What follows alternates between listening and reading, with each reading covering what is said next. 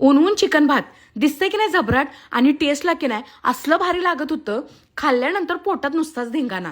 मग या की खायला आणि कसं बनवायचं चला की बघूया. पण सगळ्यात आधी चिकन स्वच्छ धुवून ह्याच्यात हळद, एव्हरेचा तिखा लाल, धना पावडर, अद्रक लसणाची पेस्ट, दही, तळलेला कांदा, चवीनुसार मीठ घालून असं सगळं बघा एकजीव करून 30 मिनिटासाठी मॅरिनेट करत ठेवा. फोडणीसाठी तेलात तमालपत्र, मी दाखवलं तेवढं सगळे खडे मसाले, कांदा, अद्रक लसणाची पेस्ट, हिरव्या मिरच्या, टोमॅटो घालून पुन्हा एकदा उलतपालतं करा. मगाशी जे मॅरिनेट केलेलं चिकन होतं की नाही ते घाला. बिर्याणी मसाला, पुदिना, कोथिंबीर घालून चांगलं बघा असं तेल सुटेपर्यंत परतून घ्या. आता ह्याच्यात की नाही लागेल तेवढं पाणी आणि एक लिंबू पिळा.